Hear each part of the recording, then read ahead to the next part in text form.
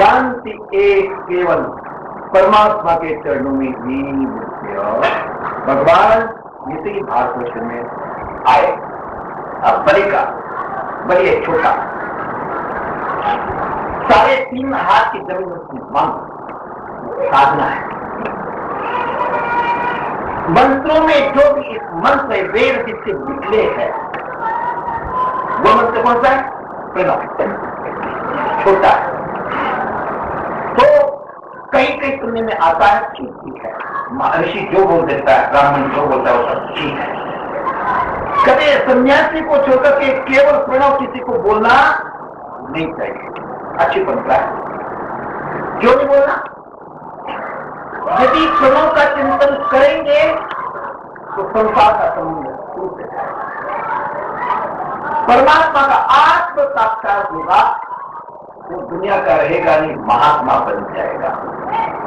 लेकिन किसी मंत्र के साथ तुम लगाते हैं तो जो इच्छाओं को ओम देखता है, जो देखता है, और मंत्र के साथ ओम लगाने से दृष्टि की सारी चीज देगा और केवल ओम का चिंतन करेगा तो वैराग्य देकर के परमात्मा को लगा देगा। और ये भी होता है तो वो प्रणव ही छोटा था बलि बामन के रूप में है। बलि के जीवन में जाने के बाद जो साधक ओम का 3.5 मात्राओं का जप करता है, ध्यान करता है, तो संपूर्ण संसार के अंदर व्यापक हो जाता है वो साधक और वो खाली बचता और मुक्त हो जाता है। और उसी प्रकार आप पहले साधना करनी है। साधना करते करते करते साधना क्या अंग यज्ञ के जैसे साधना करते करते करते करते जब चलेंगे तो अंतःकरण शुद्ध हो जाएगा। कोई संदेह भला कैसे कोई काम करेंगे फल मिलेगा, अंतःकरण की शुद्धि नहीं।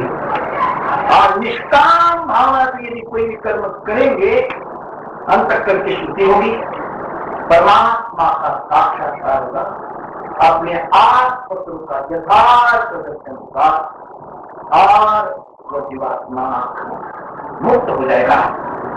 इसमें कोई संदेह नहीं। बाकी जो विषय है कल जल्दी जल्दी जल्दी जल्दी समाप्त करने की कोशिश करेंगे। भगवान को आज ही आना चाहिए, नींद के अनुसार मंत्री नहीं आ सके, कोई बात नहीं। जो फल देर से मिलता है अच्छा मिलता है। कोई पेड़ होते हैं ना, बीज डालते हैं जल्दी फल मिल जाता है, लेकिन वो जल्दी खत्म भी होते हैं। लेकिन जिसको देर से फल आता है वो देर तक टिकता है। आज के जमाने के अप्रोच नहीं, पहले जमाने के जो अप्रोच होते हैं ना 60 साल के बाद फल देते हैं। आज तो जो साइंस जल्दी देने लग गए, लेकिन जो फल देर से आता है वो अच्छा फल देता है। तो हमारे आचार्य के कहने से भगवान को कल ही बोला, मेरे को परसों भी बोला सकता जल्दी मेरे कथा नहीं। कल ठीक 5-5:30 बजे भगवान आएंगे।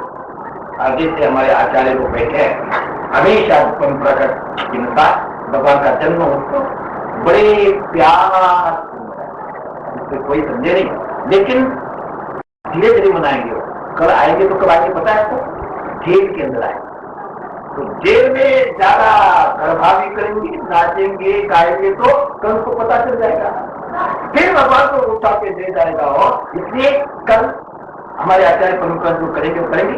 6 तारीख को रात को ध्यानावसरतेन मनसा पश्यन्ति योगिनो यस्यान्तन्न विदुः सुरासुरगणा देवाय तस्मै नमः। ओम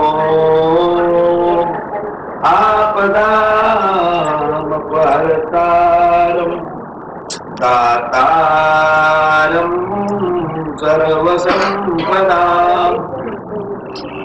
लोकाभिरामं श्रीरामं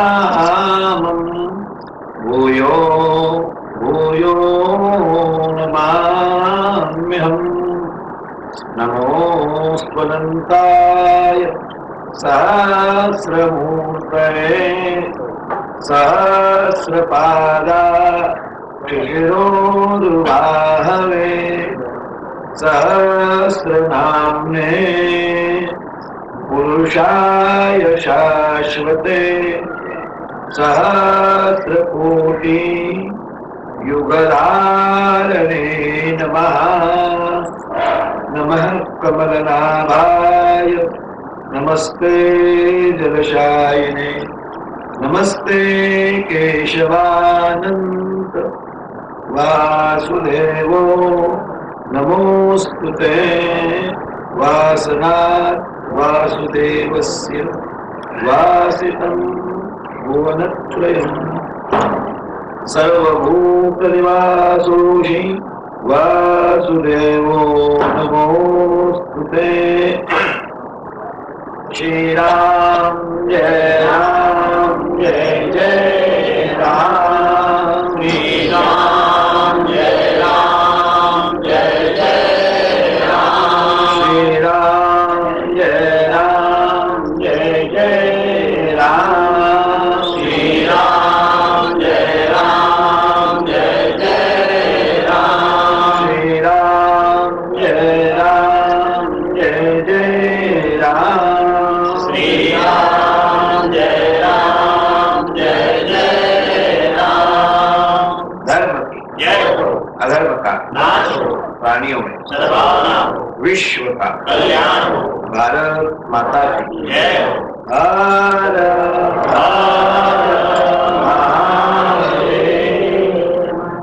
समादरणीय श्री स्वामी जी महाराज, आचार्य जी, विद्वत मंडली, प्रभु के प्रेमियों एवं भक्ति मुक्ति, हम लोग परात्पर ब्रह्म आनंद कर्म श्री कृष्ण परमात्मा, उनकी वाङ्मय मूर्ति श्रीमद् भागवत, उसी का थोड़ा सा श्रवण मनन निधिध्यासन कर रहे, जिससे हमारा अंतःकरण शुद्ध हो सके।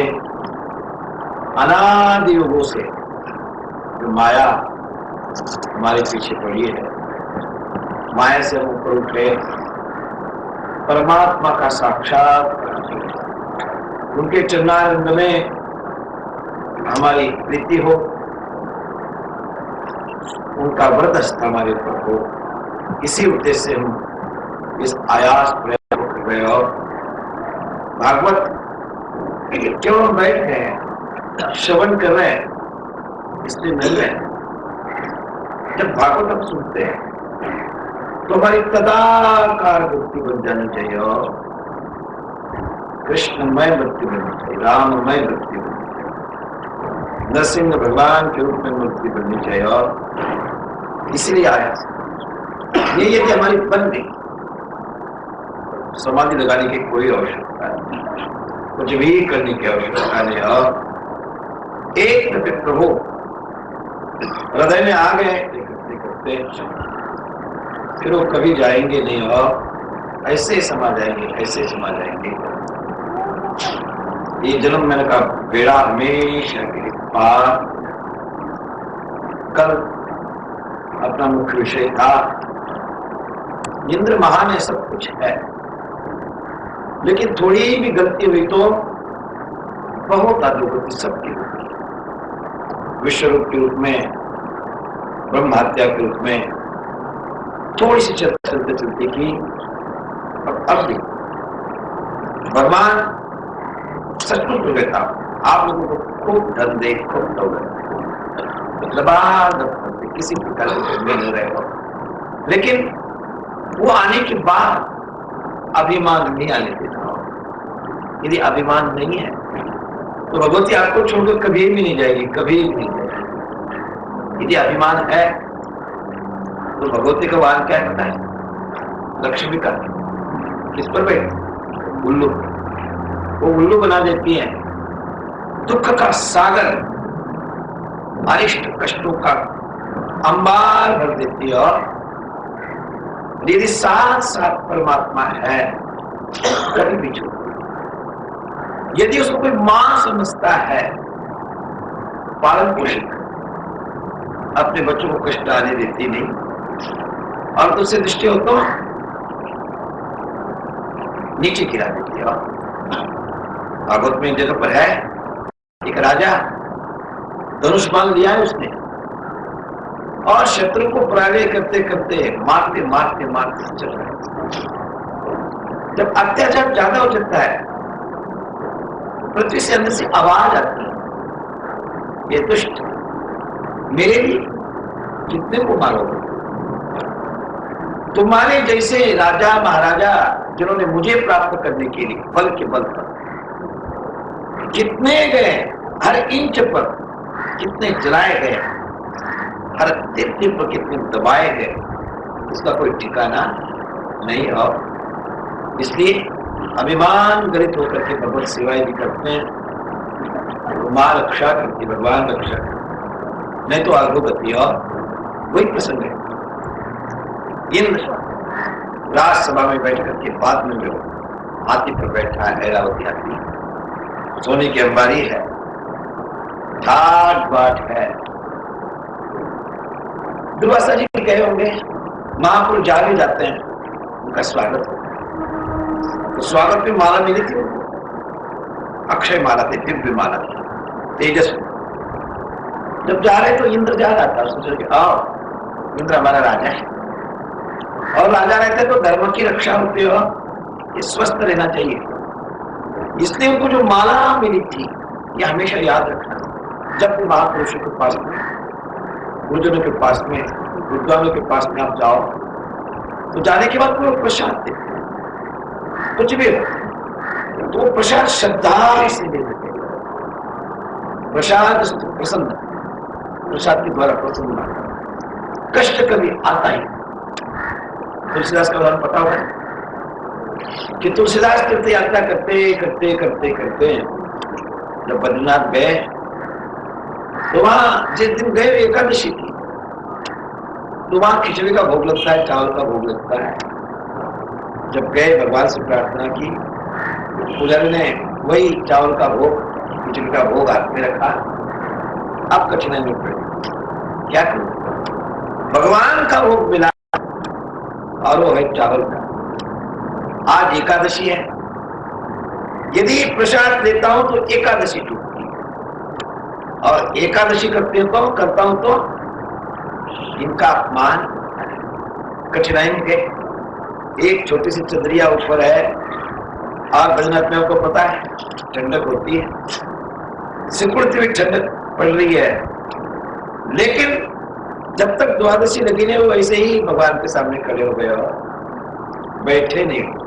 बैठ जाता हो तो प्रसाद का अपमान होगा। जब द्वादशी लगी, प्रसाद का भक्षण किया, दिव्य तेजस्वी हो गया, आनंद आया। इसलिए प्रसाद उसको प्रसन्नता, किसी भी प्रसाद का अवहेलना नहीं करना है। अपमान हो जा रहा है, संपत्ति है, हाथी अंबारी है, सारे के लोग स्तुति करते चल रहे हैं, तो दुर्वासा भी आए और उन्होंने माला उठाई, उसमें उसके इंद्र का संकल्प किसके अच्छा जीवन होगा समझ करके माला जब उसकी गले में डाली उन्होंने, तो मद आ, और वो माला उठा करके उसने अपने हाथी के गले में डाला। हाथी बड़ा समझदार है, अपना मालिक क्या चाहता है वो समझ जाता है, और उसने माला उठाई, नीचे डाली और पैर से रौंद। और संत कभी भी किसी को शाप देता नहीं, लेकिन वो सोचते हैं ये राजा है, राजा ही ऐसा करेगा तो दुनिया का क्या होगा। सबको मार्गदर्शन मिलना चाहिए, किसी का अकल्याण न हो, इसलिए एक को श्राप देने में कोई हर्ज नहीं। तो श्राप देते जाओ तुम शीख, श्राप देने का दक्षिणी शीख की सारी जलेबी राक्षसों ने चढ़ाई की और कब्जा। अब इंद्र कठिनाई में पड़ा कि आओ अब क्या होगा। सारे राक्षस और साम्राज्य हो गया, देवता भागने लग गए। आखिरी ब्रह्मा जी के पास में गए, भगवान के पास में गए। भगवान बोले भगवान संभालो, इसने सारा तहस नहस कर दिया, मारो उसको। अब भगवान कहते देखो भाई, हमेशा मैं किसी को मारता नहीं, क्या शत्रु मुझे मानता नहीं, सब कुछ ठीक है, लेकिन वो निरपराध है, अपने धर्म में अटल है, ऐसे व्यक्ति को मैं कभी मारता नहीं, बलि को नहीं मारूंगा। भगवान का रास्ता एक ही रास्ता है, अभिमान गलित होकर के आप बलि के पास जाओ, राक्षसों के पास जाओ और समुद्र मंथन। जब समुद्र मंथन करेंगे तो किसे अमृत मिलेगा, उनको पिएंगे, पीने के बाद आपको शांति मिलेगी। इसलिए मैं मारूंगा, जाओ। भगवान ने युक्ति बताई कैसे जाना है, क्या करना है। सारे देवता बलि के पास में गए।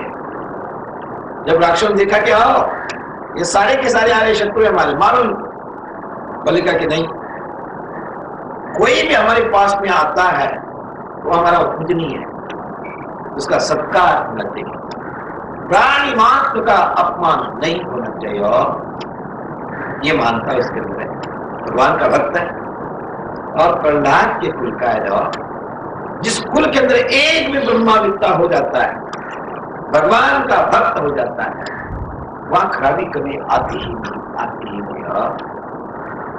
तो बलि ने बैठाया, देवता ने कहा कि बलि, सब राक्षसों को कहा आप हमारे बड़े भाई हैं, अब हमारी इच्छा है यदि हम अलग अलग अलग अलग रहेंगे कार्य सिद्धि नहीं होता है।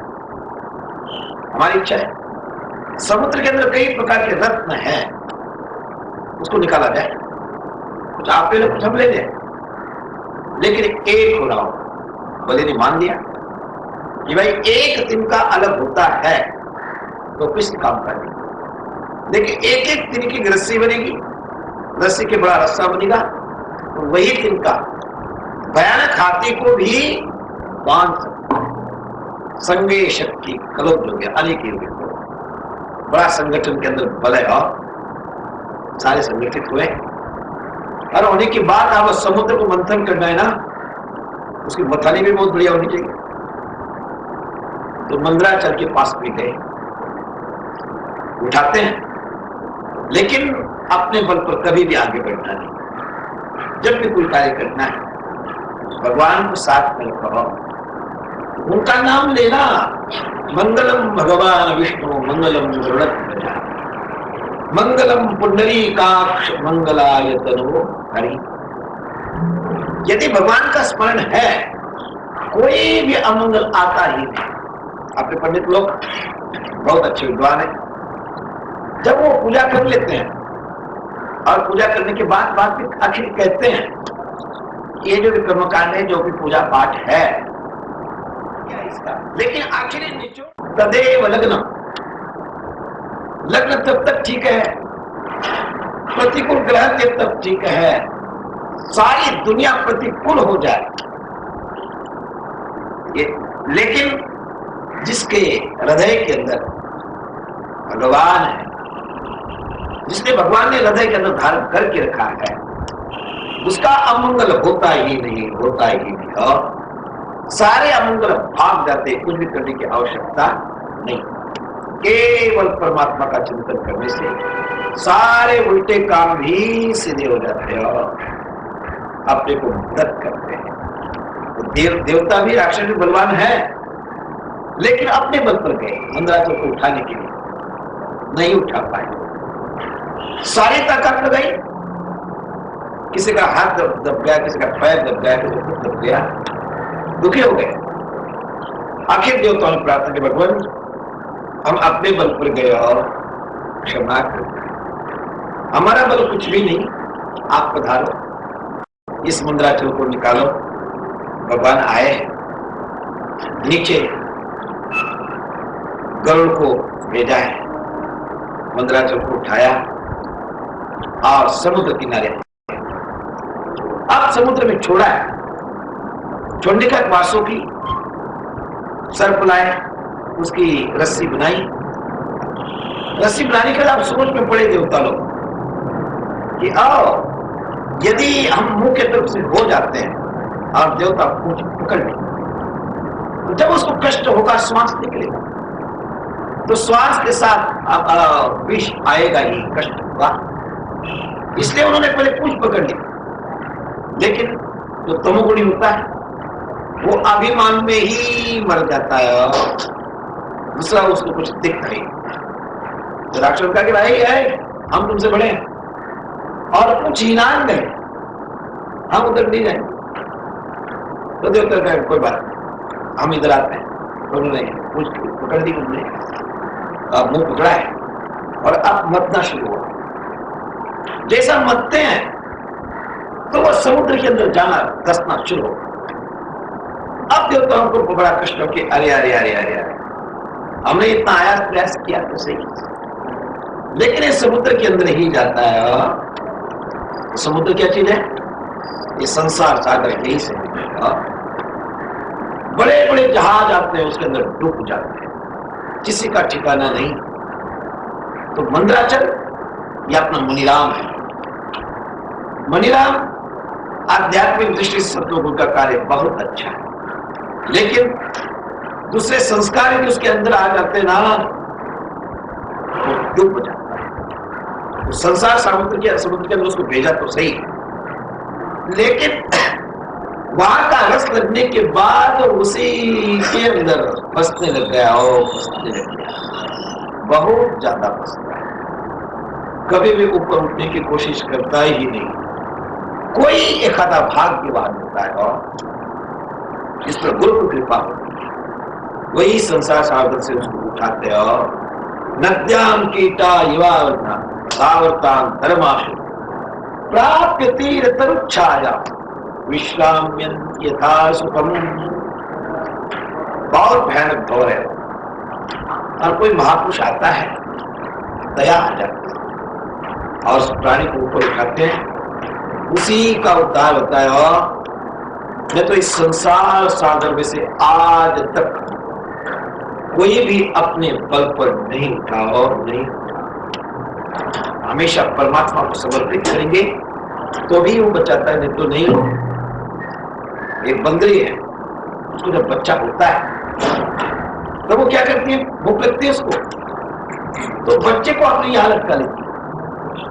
और लटकाने के बाद एक फांदी से दूसरी शाखा पर, दूसरी शाखा से दूसरी शाखा पर छलांग लगाती है, लेकिन वो बच्चे की तरफ नहीं देखती, बच्चे को खुद अपनी रक्षा करनी पड़ती है। और कभी छूट गया तो चकना बच्चा बचता नहीं। अभी भी हरिद्वार में अपने आश्रम में गया था तो बहुत सी बंदर, तो एक बंदरी ने अपना बच्चा यहाँ रखा था, छलांग लगाया उसने तो बच्चा नीचे गिर गया। वो सारे बंदर उसको मारने के लिए आए और परमात्मा ने हटाया। उस बच्चे को छोटे से रखा, कमरे में बंद कर दिया और 4-5 दिन के बाद उसको बाहर बांध के रखा तो एक भी बंदर आता नहीं। ये जाति बाहर का आदमी यहाँ है, इसको चुना नहीं, आश्रम में बंदर आना ये बंद हो गया। और इतने कठिन है, यदि छूट गया उसका उद्धार नहीं। अपने ऊपर किसी प्रकार योग, ध्यान, समाधि, संन्यास, ये सारा का सारा अपने बल का है। जब पड़ा तो बहुत भाग्यवान, और गिर गया तो नहीं उठ सकता है, नहीं उठ सकता है। और लेकिन बिल्ली होती है, जब उसको बच्चा होता है, बच्चा होने को जो बिल्ला है ना, जब तक वो 11 दिन का होता नहीं तब तक उस खाने को दौड़ता है, कहां बच्चा होगा, कहां होगा। तब वो बिल्ली क्या करती है, दांत से पकड़ के उसको एक घर से दूसरे घर, दूसरे घर से तीसरे घर ले जाती है। उसके दांत कैसे होते हैं, कोमल होते हैं क्या, गुलाब के जैसे? नहीं नहीं नहीं, बड़े तीक्ष्ण होते हैं। कठिन से कठिन चुबाई भागते जाता है, ऐसे झड़पती है और दांतों से काट देती है, बड़े तीक्ष्ण है। लेकिन उसी दांतों से वो छोटे कोमल 11 दिन के अंदर के बच्चे को उठाती है, एक घर से दूसरे घर, और उसको बचाती है, उसको समाप्त तो होने देती नहीं। तो ये एकादशी इंद्रिया है, यही कह रहा है। तो भक्तिमती माँ उसको बचाती है। तो उसी प्रकार ये समुद्र के अंदर ये पहाड़ गया मंदराचल, ये मुनिराम है। तो इसी समुद्र से, दुनिया के अंदर से ही परमात्मा को अपने ढूंढना है। एक दिन आपको मैंने कहा था, सत्यानते विधि कृत्य प्रोतो लोक व्यवहार। ये दुनिया कैसी बनी? केवल सत्य से भी दुनिया नहीं बनती और केवल असत्य से भी नहीं बनती। और सत्य और असत्य दोनों जब मिलते हैं तब दुनिया बनती है। सोना, जो बढ़िया शुद्ध सोना है उसको क्या बोलते हैं? कुंदन। लेकिन कुंदन लचीला, सोना अपने मन से उसको घाट बढ़िया नहीं दे सकता है, आकार प्रकार नहीं दे सकता। तो आकार प्रकार देने के लिए खोद डालनी पड़ती है। उसी प्रकार जो निर्गुण निराकार परमात्मा है, शुद्ध सच्चिदानंद घन, वो अभी दुनिया नहीं बना पाता है, माया का सहारा देना पड़ता है। तो सत्य और असत्य दोनों का सम्मिश्रण होगा और यही दुनिया है, इसी के अंदर परमात्मा है और उसी परमात्मा को ढूंढना है और ढूंढना है। वो कैसे ढूंढेंगे? विचार के द्वारा। समुद्र मंथन है ना, यही विचार है। और सदा विचारे तस्मा, परमात्मा को यदि प्राप्त करना है, जगत जीव परात्मना, तीन चीजों का विचार करना है, जगत का, जीवात्मा का और परमात्मा का। तो आप कहोगे महाराज परमात्मा का विचार करना ठीक है, उनका चिंतन करना तो ठीक है, लेकिन आप ये जीवात्मा का और जगत का क्यों बता रहे हैं? उसके कारण है, जब तक इस जीव के अंदर, दुनिया के अंदर हमारी आसक्ति है, हमारा प्यार है, मोहब्बत है, तब तक ये परमात्मा की ओर नहीं जा सकता, नहीं जा सकता। तो जाएगा कब? जब मिथ्यात्व बोध हो जाएगा, उसके अंदर वैराग्य आएगा, तभी उसको वो छोड़ सकता है। एक दफे हम कई कथा कर रहे थे, छोटा सा शहर है, रोज घूमने जाना, रास्ते में मैंने देखा कि वो चांदी बहुत बड़ी है, बड़ी अच्छी चमकती है, उठा लो तो आश्रम में काम आएगी, सोचकर उठाना चाहता हूं, लेकिन सोचता हूं कि यदि उठाने के लिए झोंकूंगा और कोई देखेगा तो सोचता कि सन्यासी होकर के लोभी है, चांदी थोड़ी उठाता है, लज्जा के मारे नहीं उठाता, लेकिन मन में लगता है कि और चांदी बहुत अच्छी है, काम आए। एक दिन समय टाल करके जब कोई नहीं, तब गया वहां देखने के लिए, यार तो कोई नहीं देखने वाला, उठाओ। जब उठाने के लिए झुका तो क्या था? सीप थी और उस पर सूरज की रोशनी पड़ रही थी और चांदी जैसी चमकती थी। लेने के लिए मन चाहता है सत्यत्व बुद्धि के कारण, लेकिन जब देखा अरे तो सीप है, मन हट कर शांता। अब दूसरे दिन भी गया, चमक वही है, स्थान वही है, लेकिन मन ललचाता नहीं। उसी प्रकार ज्ञान, जब तक जीवात्मा का और दुनिया का विचार नहीं करेंगे है तो मिथ्या, लेकिन जब तक उसके स्वरूप का ज्ञान नहीं, तब तक लालच होगी कि क्या आनंद है, क्या आनंद है। अभी ज्यादा समय नहीं, वैराग्य होगा और वो साधक परमात्मा को अपने आप जाएगा। तो यही विचार है मंदराचल, इस दुनिया के अंदर विचार के द्वारा उसने अमृत को निकालना है। तब देवताओं ने भगवान से प्रार्थना की, भगवान हमारे बल दे और आओ पधारो, रक्षा करो। भगवान ने एक रूप से कच्छप अवतार लिया और एक रूप से ऊपर ऊपर ऊपर बैठ गए। फिर जो मतना शुरू हुआ तो भी इनके बल नहीं है, देवताओं के अंदर भी बल नहीं, राक्षस के अंदर भी बल नहीं है, और बड़े करुणा वरुणालय है। भगवान ने खुद फिर दो हाथों से मतना भी शुरू किया, एक रूप से ऊपर बैठे, एक रूप से नीचे बैठे और दो हाथों